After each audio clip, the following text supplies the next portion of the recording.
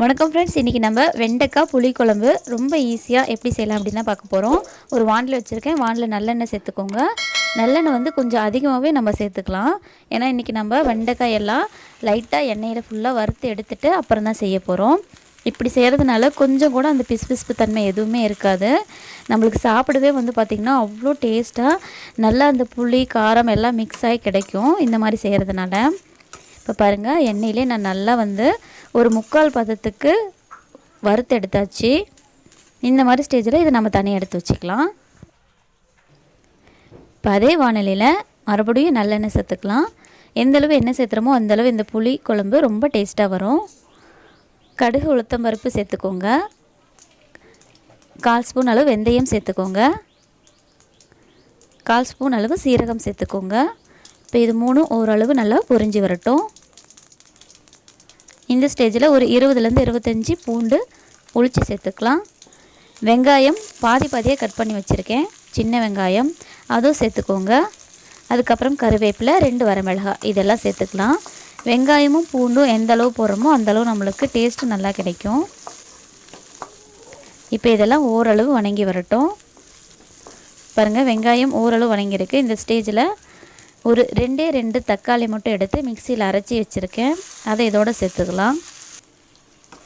தக்காளி வந்து ஓரளவு பெரிய தக்காளி அப்படிங்கிறதுனால நான் 2 சேர்த்துருக்கேன். கொஞ்சம் சின்னது அப்படின்னா 3 சேர்த்துக்கோங்க.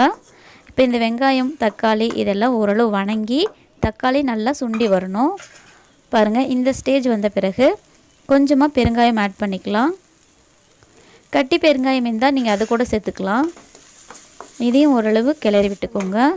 இப்போ நம்ம ஆல்ரெடி எண்ணெயில் போட்டு பொரிச்சு எடுத்து வச்சுருக்கோம் இல்லையா, அந்த வெண்டைக்காய்களை இதில் சேர்த்துக்கலாம். சேர்த்துட்டு ஒரு 5 நிமிஷம் இதை நல்லா நம்ம இதே மாதிரியே வணக்கி விடலாம். இப்போ வெண்டைக்காய் தக்காளி வெங்காயத்தோடு நல்லா மிக்ஸ் ஆகிடுச்சு பாருங்கள். இப்போ 1/4 ஸ்பூன் அளவு மஞ்சள் தூள், 1/2 ஸ்பூன் அளவு தனி மிளகாய் தூள். ஸ்பூன் வந்து பெருசுங்க, அதனால் 1/2 ஸ்பூன் போட்டிருக்கேன். சின்னதுன்னா 1 ஸ்பூன் சேர்த்துக்கோங்க. 1/2 ஸ்பூன் அளவு மல்லித்தூள், 1 ஸ்பூன் அளவு சாம்பார் தூள் சேர்த்துருக்கேன். இதெல்லாம் சேர்த்துட்டு நல்லா ஒரு தடவை கிளறி விட்டுக்கோங்க. கிளறி விட்டுட்டு ஒரு எலுமிச்சைப்பழ சைஸ் புளி எடுத்து கரைச்சி எடுத்து வச்சுருக்கேன், அந்த புளி தண்ணி சேர்த்துக்கலாம். இப்போ புளி தண்ணி சேர்த்தியாச்சு. தேவையான அளவு உப்பு சேர்த்துக்கலாம். இதெல்லாம் நல்லா கலந்து விட்டுட்டு வெண்டைக்காய் வந்து முழுகிறாப்பில் நம்ம தண்ணி சேர்த்துக்கணும். ரொம்ப அதிகமான தண்ணி சேர்த்துக்கூடாதுங்க. இதுக்கு நம்ம கடல தேங்காய் எதுவுமே ஊற்ற போகிறது கிடையாது. இதிலே நல்லா சுண்டி வரும்போது நம்ம இறக்கிட்டோம் அப்படின்னா 1 வாரம் ஆனாலும் கெட்டு போகாத வெண்டைக்காய் புளிக்குழம்பு தயாராகிரும். இப்போ இது நம்ம உப்பு காரம்லாம் பார்த்துட்டு மூடி வச்சிடலாம். மூடி வச்சுட்டு இந்த மாதிரி நல்லா சுருண்டு வரும் பாருங்கள். இந்த ஸ்டேஜில் நம்ம எடுத்துக்கலாம்.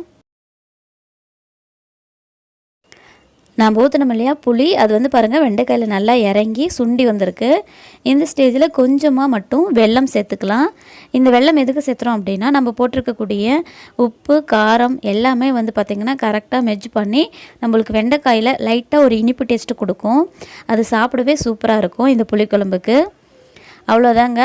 வெல்லம் சேர்த்து ஒரு 5 நிமிஷம் மூடி வச்சுட்டு எடுத்துட்டிங்க அப்படின்னா சூப்பரான, பார்க்கவே டேஸ்ட்டான, 1 வாரம் ஆனாலும் கெட்டு போகாத வெண்டைக்காய் புளிக்குழம்பு தயாராகிடுச்சு. மதியம் சூடான லஞ்சுக்கு சாப்பிடலாம்.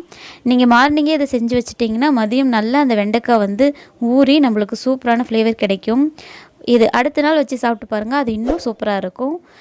இந்த ரெசிபியை இதே மாதிரி நீங்களும் செஞ்சு பார்த்துட்டு எப்படி வந்துச்சுங்கிறத கமெண்டில் என் கூட ஷேர் பண்ணிக்கோங்க. இன்னும் நம்ம சேனலை சப்ஸ்கிரைப் பண்ணலைன்னா சப்ஸ்கிரைப் பண்ணி நம்ம ஃபேமிலியில் ஜாயின் பண்ணிக்கோங்க. அடுத்த ஒரு நல்ல ரெசிபியில் உங்களை மீட் பண்ணுறேன். Take care, bye bye, thank you.